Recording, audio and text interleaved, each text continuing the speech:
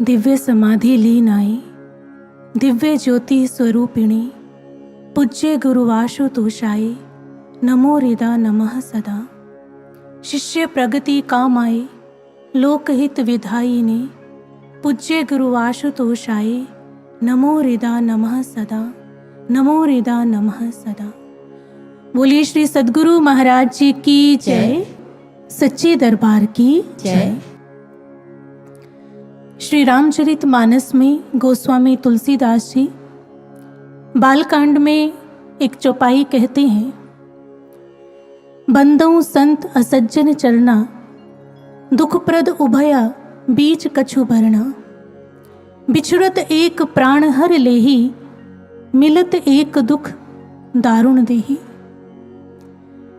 कहते हैं कि मैं संत और असज्जन दोनों के ही चरणों की वंदना करता हूँ, परंतु फिर भी एक अंतर है, और अंतर यह है कि असज्जन जब जीवन में आते हैं तो जीवन में दुख शुरू हो जाते हैं। यानी असज्जन का जीवन में मिलना दुखदाई है और संतों का बिछड़ना दुखदाई है।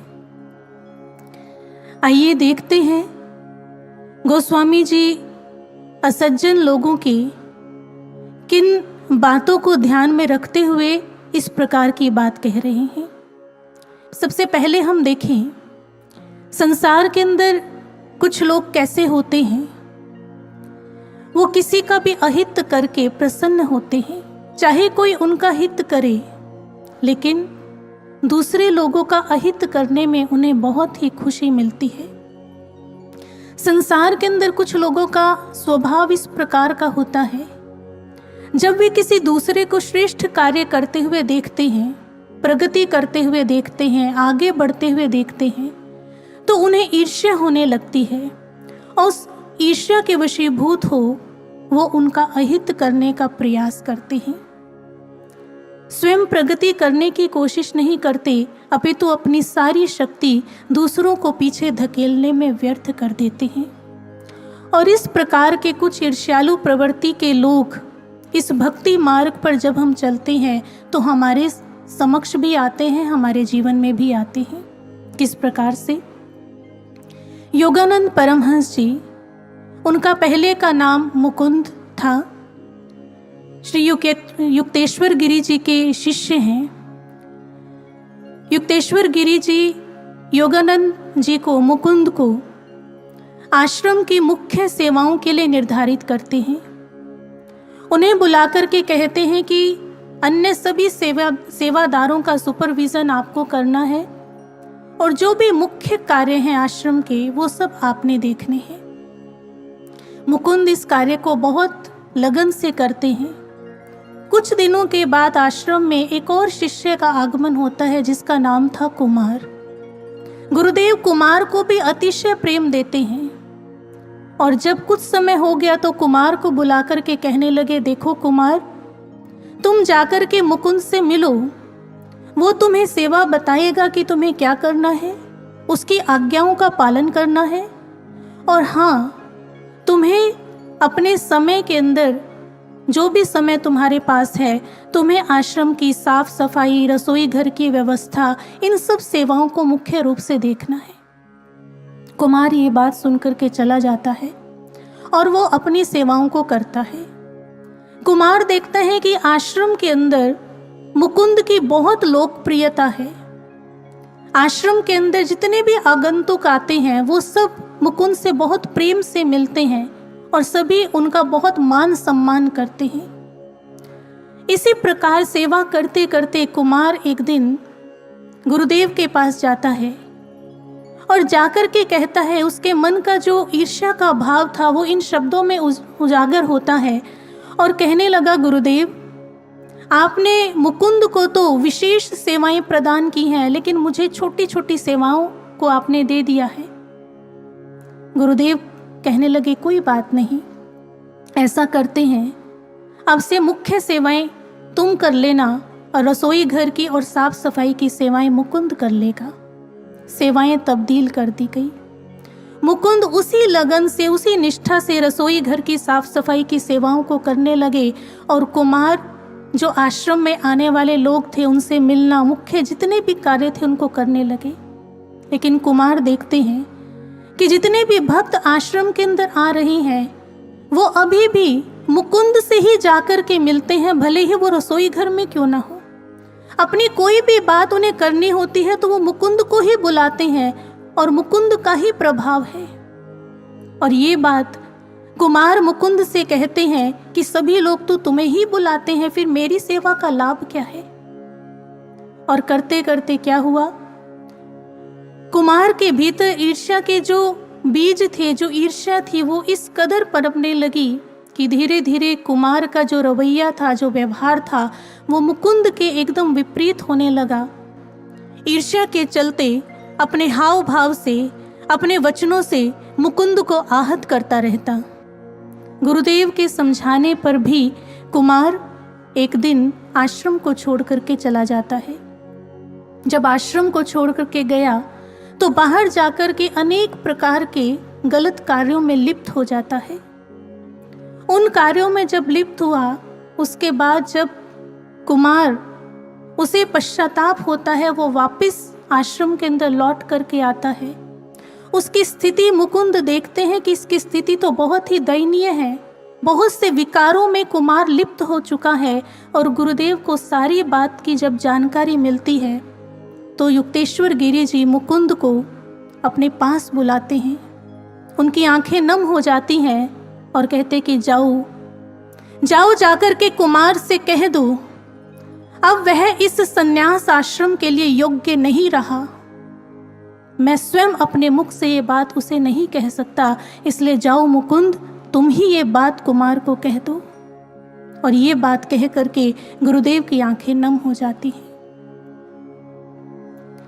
यहां पर हम देखें कि एकमात्र ईर्ष्या के भाव से किस प्रकार से व्यक्ति इस मार्ग पर अपने साथ चलने वाले लोगों के मन को आहत करता है। सामने वाला व्यक्ति चाहे मित्रवत व्यवहार भी करे तो भी ऐसे लोग उसका अहित करने का ही प्रयास करते हैं। दूसरा, तुलसीदास जी कहते हैं कुछ लोग ऐसे होते हैं जिन्हें भगवान की महिमा सुहाती नहीं है। जिस प्रकार से राहु चंद्रमा को ढक कर उसके प्रकाश को छिपाने का प्रयास करता है, इसी प्रकार से कुछ लोगों की प्रवृत्ति ऐसी होती है, वो निराधार तर्क दे करके किसी भी व्यक्ति के मन में अनेक प्रकार के संशय पैदा करने का प्रयास करते हैं। वो स्वयं तो भक्ति भाव से विमुख होते ही हैं, लेकिन उनकी संगति करने से एक साधक के मन में गुरु के प्रति अश्रद्धा, अविश्वास आने लगता है, ध्यान साधना धीरे धीरे कम होने लगती है। इस प्रकार के तर्क वो सामने रखते हैं। लेकिन कहते हैं यदि किसी साधक को इस मार्ग पर चलने का तरीका आ जाए तो वो तर्कों से प्रभावित नहीं होता। और ये तरीका क्या है इस मार्ग पर चलने का, ये हनुमान जी हमें समझाते हैं। जिस समय हनुमान जी रावण के पास जाते हैं लंका के भीतर, तो रावण बहुत ही सुंदर अलंकृत भाषा में बहुत सुंदर सुंदर तर्कों के द्वारा अपनी बात हनुमान जी के समक्ष रखता है। उनकी बातों को सुन करके कोई भी व्यक्ति प्रभावित हो जाए, इतनी सुंदर तर्कपूर्ण बातें, इतनी अलंकृत भाषा का प्रयोग रावण करता है। हनुमान जी ये सारी बातें बड़े ध्यान से सुनते हैं और उसके बाद रावण से कहते हैं, रावण तुम जानते हो तुम्हारी स्थिति कैसी है। तुमने तर्क और बातें तो बहुत सुंदर कही, लेकिन यदि एक मुर्दे को आप अलंकार पहना दो तो भी कोई भी व्यक्ति उस मुर्दे को अपने घर में रखना पसंद नहीं करेगा। ठीक इसी प्रकार से तुम्हारी इन बातों का मेरे जीवन में कोई औचित्य नहीं है। हम निर्णय कर पाते हैं कि किस तर्क के ऊपर हमने क्या प्रतिक्रिया करनी है। एक बार एक व्यक्ति के पास एक व्यक्ति आया और कहने लगा कि मैंने तुम्हारे मित्र के बारे में अभी अभी कुछ सुना है, मैं तुम्हें बताना चाहता हूं। उस व्यक्ति ने कहा रुको, पहले तुम त्रिगुण परीक्षण कर लो, उसके बाद तो मुझे ये बात बताना। व्यक्ति कहने लगा, त्रिगुण परीक्षण ये क्या होता है? वो कहते 3 चरणों से पहले अपनी बात का परीक्षण करो। सबसे पहली बात, क्या तुम्हें जो जानकारी प्राप्त है क्या वो सत्य है? वो व्यक्ति कहने लगा, ये तो मुझे नहीं पता सत्य है कि नहीं, हाँ मैंने सुना है। अब वो व्यक्ति कहने लगा, अब दूसरा परीक्षण, जो बात तुम बताने जा रहे हो वो अच्छी है या बुरी है? वो व्यक्ति कहने लगा, वो बात बहुत अच्छी नहीं है। व्यक्ति कहने लगा, अब तीसरा परीक्षण, जो बात तुम मेरे मित्र के विषय में मुझे बताने जा रहे हो उसका मेरे जीवन में कोई लाभ है, कोई उपयोग है मेरे जीवन में? व्यक्ति कहने लगा, नहीं। तो वो व्यक्ति उस सामने वाले व्यक्ति से कहता है, ना तो वो बात सत्य है और ना ही उस बात की कोई उपयोगिता मेरे लिए है और ना ही वो बात अच्छी है, तो मुझे नहीं लगता कि मुझे तुम्हारी बात को सुनना चाहिए। ये तरीका है एक भक्ति के मार्ग पर अपनी श्रद्धा को बचा करके चलने का, भले ही कितने ही तार्किक लोग आपके समक्ष क्यों ना आ जाएं। लेकिन जब हम ऐसे निराधार तर्कों को अपने भीतर स्थान देने की भूल कर बैठते हैं, तब फिर हमारा पतन हो जाता है। और ये गलती कैकई ने की। मंथरा आती है, तर्क देती है। कैकई जिन राम से इतना स्नेह करती थी, एक ही रात में वो सारा स्नेह विलुप्त हो जाता है। और आज जिस राम से कैकई स्नेह करती है, उसी राम के प्रति अपने अहित की शंका कैकई को होने लगती है और राम को ही राज्य से बाहर कर देती है। तीसरा, तुलसीदास जी कहते हैं, संसार के अंदर कुछ लोग ऐसे होते हैं जो 1000 आंखों से दूसरों के दोषों को देखते हैं। कहते हैं कि राजा पृथु ने भगवान की महिमा को सुनने के लिए 10,000 कान मांगे, लेकिन ये लोग 10,000 कानों से दूसरों के अवगुणों को सुनते हैं और फिर 1000 मुखों से बड़े रोष के साथ हजारों लोगों से उस अवगुण के बारे में कहते हैं। जिस प्रकार से धोबी को मां सीता की दिव्यता, उनका त्याग, धैर्य, प्रेम, प्रतीक्षा और परीक्षा नहीं दिखाई दी, मां सीता के भीतर भी धोबी को खोट दिखाई देता है और उसका जन प्रचार करता है और राम कथा का बहुत ही निंदनीय कुपात्र बनता है। दक्ष भगवान आशुतोष के भीतर इसी दोष दृष्टि के कारण दोष देखते हैं और यज्ञ सभा में बड़े ही अभद्र शब्दों से उसका बखान करते हैं। दधीचि ऋषि उन्हें समझाते हैं कि शिव भगवान के बिना यह यज्ञ अयज्ञ हो जाएगा और तुम्हारा पतन हो जाएगा। देवी सती समझाती है, लेकिन तो भी दक्ष को बात समझ में नहीं आती है। कहते हैं भगवान बुद्ध के आश्रम में एक भिक्षु थे जिनका ये स्वभाव था, जो मुख्य शिष्यों के प्रति हमेशा ही ऐसा कुभाव रखते थे। हमेशा उनकी कमियों को आपस में बैठ करके दूसरे शिष्यों से साझा करते थे और भगवान बुद्ध उन्हें कई बार आगाह करते हैं कि ऐसा कार्य मत करो, इससे संघ के संगठन के भीतर दरार पैदा होती है, इससे कुभाव जागृत होते हैं, कुबुद्धि पैदा होती है। लेकिन वह शिष्य नहीं माना और कहते हैं कि जब उसकी मृत्यु हुई, बहुत ही पीड़ाजनक और दुर्गतिपूर्ण उसकी मृत्यु हुई और भगवान बुद्ध भिक्षुओं से कहते हैं कि वह भिक्षु जो मृत्यु को प्राप्त हुआ है वह घोर नरक में गया है, केवल इसी निंदा के पाप के कारण से। भक्तजनों, अब हम अपने जीवन के भीतर विचार करें, ऐसा हमारे साथ भी होता है।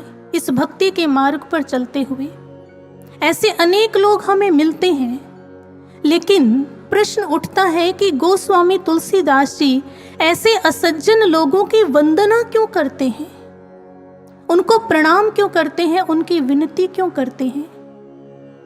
कहते हैं सुई जब चलती है तो बहुत ही सुंदर पोशाक का निर्माण कर देती है। जरूरी नहीं है कि कोई भी चुभने वाली वस्तु अनुपयोगी हो। जिस समय हमारे जीवन के भीतर ऐसे लोग आते हैं तो कहते वहाँ पर हमारा शिष्यत्व पकता है, हमारी साधकता को मजबूती मिलती है। जिस प्रकार ध्रुव की जो माँ थी सुरुचि, उन्होंने ध्रुव को बहुत ही पीड़ा दी, बहुत कष्टपूर्ण व्यवहार उनके साथ किया। भगवान से मिलने जाते हैं और जब भगवान मिलते हैं ध्रुव को, तो ध्रुव भगवान से कहते हैं, हे प्रभु, मेरे मन में बहुत सारे प्रश्न हैं, मुझे उनका समाधान चाहिए। भगवान कहने लगे, ध्रुव तुम केवल ध्यान करो। और जब ध्रुव ध्यान में उतरता है तो उसके सारे प्रश्न समाप्त हो जाते हैं। और जब ध्रुव वापस लौटता है तो सबसे पहले जा कर के माँ सुरुचि के पास जाता है और उन्हें प्रणाम करता है। भगवान श्री राम जब अयोध्या से वापस लौटते हैं माँ सीता के साथ, तो जाते हैं मंथरा के कक्ष में, दासी के कक्ष में, भले ही उसने कैसा कृत्य क्यों ना किया हो, और माँ सीता से कहने लगे, इनको प्रणाम करो। सभी लोग आश्चर्य से देखते हैं। प्रभु राम कहने लगे, इन्हीं के कारण हम वनवास गए थे और इन्हीं के कारण आप इस परीक्षा में उत्तीर्ण हो पाई हैं। अर्जुन जब बहुत छोटा था तो कहते हैं दुर्योधन की जो दासी थी वो अर्जुन से बहुत ही दुर्व्यवहार करती थी। जो माँ है अर्जुन से कहती है, पुत्र क्या तुम्हें पीड़ा नहीं होती, क्या कष्ट नहीं होता? अर्जुन कहता है, नहीं माँ, इस व्यवहार से मैं अपने लक्ष्य पर पूरा ध्यान केंद्रित कर पाता हूँ जब इस प्रकार का बाहरी कष्ट मुझे मिलता है, और बहुत मजबूती से अपने मार्ग पर मैं चलता हूँ। कहते कि जीवन के भीतर जब ऐसी परिस्थितियों से हम गुजरते हैं तो फिर प्रार्थनाएं उठती हैं अंतःकरण से गुरुदेव के श्री चरणों में, और एक भक्त हृदय इस बात को स्वीकार करता है कि ये परिस्थितियां निसंदेह मेरे निर्माण के लिए हैं, और वो और गहरे अपने गुरुदेव के साथ जुड़ता चला जाता है, आंतरिक संबंध गहराता चला जाता है। और कहते हैं कि जब एक भक्त इस अग्नि के भीतर से होकर के गुजरता है तो फिर वो जलता नहीं है, वो कुंदन बन कर के बाहर निकलता है। जिस प्रकार से प्रहलाद का जीवन था, भले ही उनको आग में डाला गया, लेकिन आग में जाने के बाद भी उनका जो शिष्यत्व है, उनकी जो भक्ति है, वो निखर करके सामने आती है। कहते हैं कि एक अंगार को आप एक रेशमी वस्त्र पर रख दीजिए तो वो अंगारा उस रेशमी वस्त्र को जला देगा, लेकिन मूंगा, जिसे कोरल भी कहते हैं, अगर उसे आप उस अंगार के साथ रख देंगे तो वो मूंगा क्या करेगा, उस अंगार की सारी तपिश को अपने भीतर जज्ब कर लेगा, और उसके बाद वो वस्त्र यूं का यूं रहेगा, वो जलेगा नहीं। जब ऐसे लोगों का सामना हमारे साथ होता है इस भक्ति मार्ग पर, तो तुलसीदास जी का भाव है कि मैं उनकी भी वंदना करता हूँ, क्योंकि उन्हीं के कारण आज मेरी भक्ति इतनी प्रगाढ़ हो पाई, मेरा ऐसा आंतरिक संबंध सद्गुरु के साथ हो पाया कि आज सतगुरु का वो प्रेम मूंगे का कार्य करता है, जो मुझे इस जीवन की विषम संघर्षपूर्ण परिस्थिति में इस अग्नि के भीतर जलाने से बचा लेती है, और मैं अपने भीतर अपना स्वाध्याय कर पाता हूँ। दया, अक्रोध, धैर्य, ये सब मेरे भीतर है कि नहीं है, मैं इसका स्वाध्याय कर पाता हूँ। इसलिए ऐसे लोग भी महान हैं जो मेरे जीवन के भीतर ऐसा कार्य करते हैं। अब देखते हैं कि जब एक संत जीवन के भीतर आते हैं तब क्या होता है, किस प्रकार का लाभ, किस प्रकार का आनंद मिलता है। गुरु महाराज जी इस विषय में एक बहुत ही सुंदर कहानी सुनाते हैं।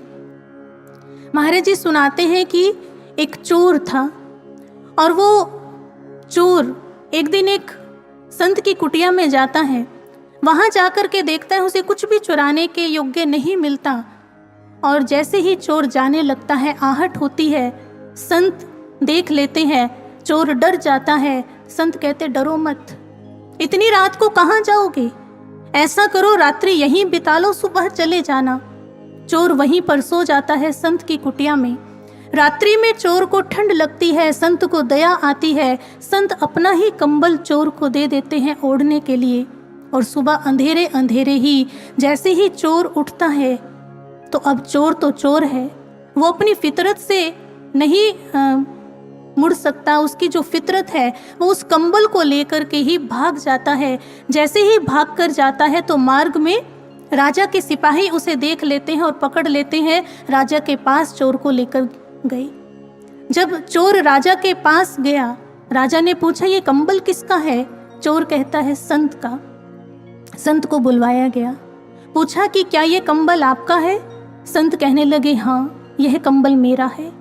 राजा कहने लगे ठीक है, प्रमाण मिल गया है, अब इस चोर को दंड दिया जाए। संत कहने लगे रुको, यह कंबल मेरा है, पर इसका अर्थ यह नहीं है कि यह व्यक्ति चोर है। किसी के हाथ में किसी की वस्तु देखने का अर्थ यह कैसे हो सकता है कि उसने इसे चुराया ही हो सकता है सामने वाले ने स्वेच्छा से उसे दिया हो और यह कंबल मैंने ही इसको दिया है। राजा कहने लगा ठीक है, चोर को छोड़ दो। अब चोर संत के चरणों में गिरता है, रोता है और कहता है आपने मुझ पर बहुत बड़ा उपकार किया है, अब मैं भी आपके लिए कुछ करना चाहता हूं, अब बताइए मैं आपके लिए क्या करूं? संत कहने लगे यदि तुम यहीं पास में ही जो सत्संग होता है हमारा, उसमें आ जाओ तो यही मेरे ऊपर उपकार होगा। संत के कहने पर वो चोर उस सत्संग में जाता है और गुरु महाराज जी कहते हैं उसका ऐसा हृदय परिवर्तित होता है, उसके विचारों का रूपांतरण होता है और भविष्य में यही चोर एक बहुत बड़ा धार्मिक व्यक्ति बन जाता है। संसार के अंदर ऐसी ही स्थिति तो हमारी भी थी। विकारों और विचारों के कारण हम भी फटेहाल भिखारी के सदृश थे, पर जीवन में जब सतगुरु आते हैं तो वो विचारों का परिमार्जन कर हृदय को पवित्र करते हैं और हमारा चित्त निर्मल हो जाता है, हमारा हृदय बदल जाता है, हृदय रूपांतरित हो जाता है। और कहते जब हृदय रूपांतरित होता है तो उसके बाद स्वतः ही जीवन के भीतर सुख और आनंद की अनुभूति होने लगती है। व्यक्ति का जीवन महान बनने लगता है, उसके उद्देश्य महान बनने लगते हैं। इसलिए कहा मैं से शुरू होता था जीवन और अंत भी जिसका मैं ही था। मैं इस दुनिया के लिए कुछ कर सकता हूँ ऐसा तो कभी सोचा ही नहीं था।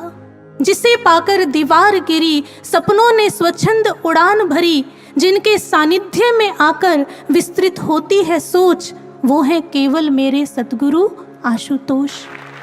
घोर अंधेरों में भी जहाँ जलते दीपक देखे हैं, अपनी हस्ती को स्वाहा कर प्रेम पर बलिदान पतंगे देखे हैं। संसार के हर प्राणी का जहाँ होता है पुनर्निर्माण, वो है मेरे आशु बाबा का दिव्य ज्योति जागृति संस्थान। ये कार्य संत एक जीवन के भीतर करते हैं। लेकिन अब देखिए, क्या संत, क्या सद्गुरु केवल आध्यात्मिक निर्माण ही करते हैं एक शिष्य का, एक साधक का? नहीं, वास्तव में सतगुरु ही उसे अपनाते हैं, उसे वो अपनापन देते हैं जो उसे कहीं और प्राप्त नहीं होता। ऐसा आंतरिक प्रेम देते हैं जिसका कोई पैमाना नहीं होता। शिष्य के भीतर उठने वाले हर प्रकार के भाव का सतगुरु अपने प्रेम के द्वारा समाधान करते हैं। एक बहुत ही सुंदर घटना है एक गुरु भाई के जीवन की। गुरु महाराज जी के पास कुछ गुरु भाई बैठे थे, उनमें एक नेत्रहीन भाई भी बैठा था। गुरु महाराज जी ने कहा भजन सुनाओ। एक एक करके सभी ने भजन सुनाए। अब गुरु महाराज जी उस नेत्रहीन भाई से कहने लगे तुम भी सुनाओ। अब वो भाई भजन नहीं सुना पाता। महाराज जी ने दोबारा कहा तुम भी सुनाओ।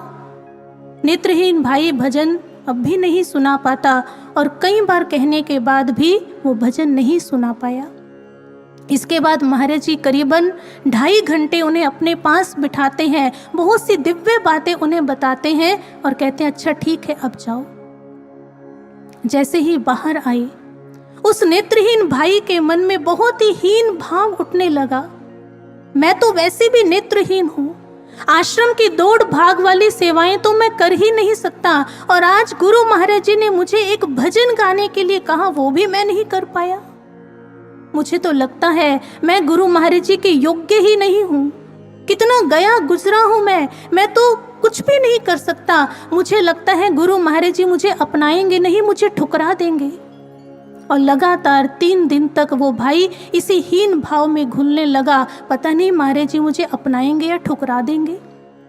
चौथे दिन जब ये भाई ध्यान साधना में बैठा तो भीतर गुरु महाराज जी की बड़ी ही बुलंद आवाज सुनाई दी, मैं सतयुग में भी तेरा था, मैं त्रेता में भी तेरा था, मैं द्वापर में भी तेरा था और अब इस कलयुग में भी तेरा हूँ। जैसे ही गुरु महाराज जी की इस आवाज को सुना, उस भाई के भीतर अंतरात्मा में ऐसी ठंडक उसे महसूस हुई, सारे हीन भाव विलुप्त हो गए, आंखों से आंसू गिरने लगे। गुरु महाराज जी इतना प्रेम करते हैं आप मुझ जैसे अदने शिष्य से भी। और कहते हैं जब इतना प्रेम करने वाले सतगुरु मिलते हैं तो फिर एक शिष्य को अपने गुरु से, उनके चरणों से आसक्ति हो जाती है। यूं तो आसक्ति बंधन की जननी है, पर आसक्ति यदि प्राणाधार से हो जाए तो मुक्ति की युक्ति बन जाती है। उसके बाद सिलसिला शुरू होता है गुरु की याद का। सतगुरु जब आंखों से दूर होते हैं तो इन आंखों से आंसुओं की झड़ी बहने लगती है। विवेकानंद जी एक बार अपने कक्ष में बैठे थे, ठाकुर को याद करके रो रहे थे, आंखें रक्तवर्ण हो चुकी थी। उनके शिष्य उनके पास आते हैं और कहने लगे, स्वामी जी आप तो हमेशा उस निर्विकार निराकार प्रकाश स्वरूप ब्रह्म ज्ञान का उपदेश देते हैं, तो फिर आज उस निराकार ब्रह्म के दर्शन के आनंद को छोड़ करके आप इस प्रकार ठाकुर की याद में विह्वल क्यों हो रहे हैं? विवेकानंद कहने लगे, ब्रह्म, उसकी विराटता और विशालता के सामने जाने की हिम्मत नहीं होती। ऐसे ब्रह्म से, ऐसे परमात्मा की तो स्तुति हो सकती है, प्रेम नहीं। उसकी पूर्णता हम अपूर्ण लोगों को उसके सामने जाने से रोक देती है। किसी भी साधारण व्यक्ति को उसके पास बैठने में, अपने मन की बात उससे कहने में, कोई भी रिश्ता उससे बनाने में हिचकिचाहट होती है, भय लगता है। हमें तो कोई ऐसा चाहिए जो पूर्ण से पूर्ण होते हुए भी अपनी पूर्णता को छिपा करके रखे, जिसके पास जाने में भय न लगे, निसंकोच हम अपने मन की सारी बात उससे कर सके, अपने सभी पाप पुण्य बेखौफ उसके सामने बता सके, जिसके समक्ष जाकर के भय न लगे कि ये दंड देंगे, अपितु जिनके आंचल में जाकर छुप करके बैठ सके। ऐसे सद्गुरु को जब शिष्य याद करता है तो बरबस ही उसकी आंखें नम हो जाती हैं। उसे लगता है कि इस बड़प्पन के सारे बोझ को मैं कंधों से उतार करके अपने गुरुदेव के चरणों में बैठ करके केवल रोता ही चला जाऊं। किसी भी प्रकार का ज्ञान उसके इस गुरु के प्रेम की भूख को शांत नहीं कर पाता। गुरु रामदास जी श्री अर्जुन देव जी को अपने से बहुत दूर भेज देते हैं, और जब भेजा तो उस समय कह दिया, देखो जब तक मैं तुम्हें वापस नहीं बुलाऊंगा तब तक लौट करके नहीं आना, भले ही तुम्हें वहां 100 कल्प क्यों ना बीत जाए। अर्जुन देव जी जैसे ही इस वाक्य को याद करते हैं, उनकी आंखों से अश्रु धारा फूट पड़ती है। गुरुदेव, आपकी बहुत याद आ रही है, आप कब बुलाएंगे मुझे? ये कमरे की दीवारें मुझे बेगानी सी लगती हैं, मुझे घुटन हो रही है। यूं तो यहाँ कितने ही लोग हैं, लेकिन किसी से भी मैं अपने मन की वो बातें नहीं कर सकता जो मैं आपसे कर सकता हूँ। गुरुदेव, आपकी बहुत याद आ रही है। आज ऐसी ही स्थिति से हम सभी भी तो गुजर रही हैं। छोटे छोटे बच्चे जिन्होंने आपको देखा तक नहीं है, वो भी गुरु महाराज जी आज आपको याद करके रोते हैं, आशु बाबा आप कब आएंगे, कब हमसे बात करेंगे। बुजुर्ग जब आपके स्वरूप को देखते हैं तो उनकी आंखों में आंसू आ जाते हैं। हे गुरु महाराज जी, कहीं ऐसा ना हो आपको फिर से देखे बिना ये आंखें बंद हो जाएं। तुम बिन हे प्यारे सतगुरु किससे करे मन की बातें, सुन तो लेते हैं सब पर मन के भाव समझ नहीं पाते। सतगुरु तुम बिन आंखों ने सावन के मिही बरसाए हैं, चुन चुन कर मोती आंखों से अश्रुहार बनाए हैं। बड़ी देर हुई पर अब तक न सतगुरु लौट के आए हैं। आज जीवन के अंदर इस प्रकार की जब दूरी होती है तो एक शिष्य को पीड़ा होती है। पर बात आती है कि जब इतना प्रेम शिष्य और गुरु का होता है तो फिर उसे दूर करते ही क्यों है। प्रभु श्री राम से एक बार किसी ने पूछा, आप तो भरत से इतना स्नेह करते हैं, फिर दूर क्यों किया उसे। प्रभु श्री राम कहने लगे, मैं भरत रूपी सागर का मंथन करना चाहता हूं ताकि प्रेम रूपी अमृत बाहर निकल सके। प्रभु श्री राम वन को गए और जब प्रभु श्री राम वन को गए तो भरत के हृदय को आघात लगा। ऐसी विरह वेदना हुई जिसमें हृदय मंथित हो उठा और प्रेम प्रकट हुआ। गुरु महाराज जी कहते हैं, सतगुरु का प्रेम, सतगुरु की जो याद है वो प्रेम को प्रकट भी करती है और प्रबल भी करती है। सतगुरु की याद की जो आग है वो इस मैं को खाक कर देती है। गुरु महाराज जी कहते हैं, जब आप सतगुरु को याद करते हैं तो आपके भीतर वैराग्य रस उत्पन्न होता है जिसके द्वारा सारे विकार पीछे हो जाते हैं। इस वैराग्य रस से जन्म जन्मांतर के कर्म संस्कार कट सकते हैं। ऐसा होता है सद्गुरु को याद करके। अब हमारे मन में एक और विचार आता है कि जब ऐसी मंथन की प्रक्रिया होती है तो इस मंथन की प्रक्रिया के बाद कुछ लोग पलायन भी कर जाते हैं। कितने ही ऐसे लोगों को हम देखते हैं जो बहुत पहले से बहुत अच्छे से इस भक्ति मार्ग पर चल रहे होते हैं, पर आज उन्होंने आना बंद कर दिया है। वो इस भक्ति मार्ग से पथ भ्रष्ट हो गए हैं। ऐसा क्यों होता है? ये पलायन का रुख एक साधक क्यों अपना लेता है? गुरु महाराज जी कहते हैं, अपने कर्म संस्कारों के कारण, निम्न प्रवृत्तियों के कारण।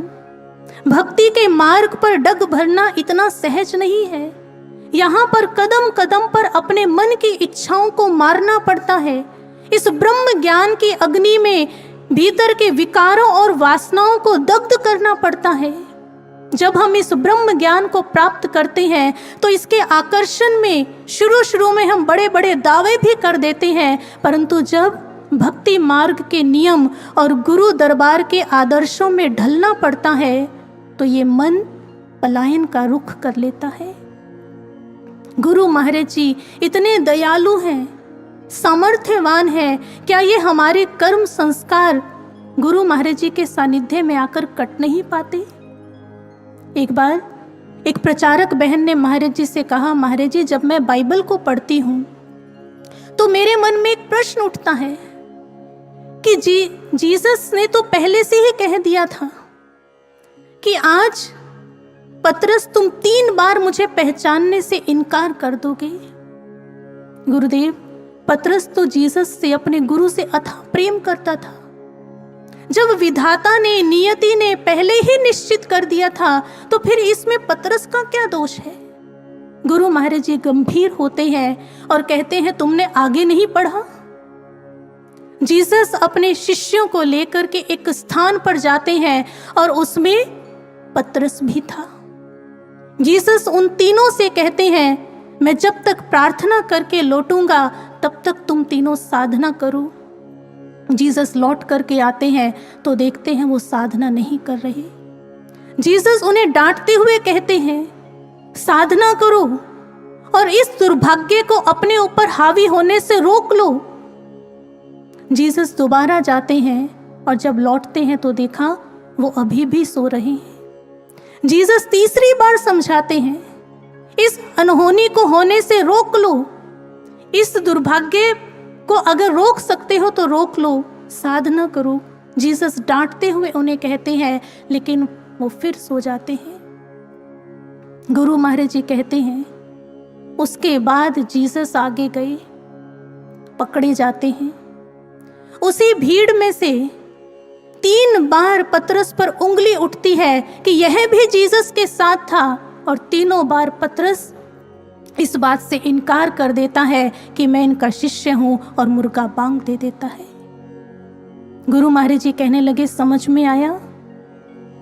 विधाता ने पतरस के लिए पहले ही सब कुछ लिख दिया था, लेकिन सद्गुरु ने पतरस को साधन भी दिया और समय भी दिया। जिस साधना के द्वारा पतरस अपने इस दुर्भाग्य को टाल सकता था, इस अनहोनी को टाल सकता था, गुरु महाराज जी कहते हैं सतगुरु की आज्ञा और साधना वो अस्त्र है जिसके द्वारा आप अपने किसी भी बुरे से बुरे कर्म संस्कार को छिन्न भिन्न कर सकते हैं। और गुरु महाराज जी कहते हैं यदि पतरस उस दिन गुरु की आज्ञा मान करके साधना कर लेता तो वो इस अनहोनी से बच सकता था और गुरु से दूर होने के इस महादुख से भी बच सकता था। और तुलसीदास जी इसी महादुख की बात करते हैं, बिछड़त एक प्राण हर लेही।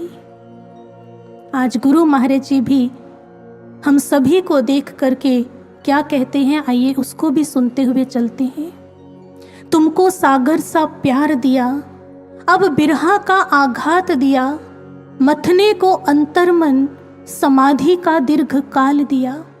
मंथन के इस काल चक्र में आशुतोष सम विषपान किया, निकलेगा अमृत घट घट से। इसी आस में बैठा हूँ मेरे लाडलों, मैं भी तो मिलने की कब से आँखों में प्यास लिए बैठा हूँ, आँखों में प्यास लिए बैठा हूँ। बोलिए श्री सद्गुरु महाराज जी की जय, सच्चे दरबार की जय।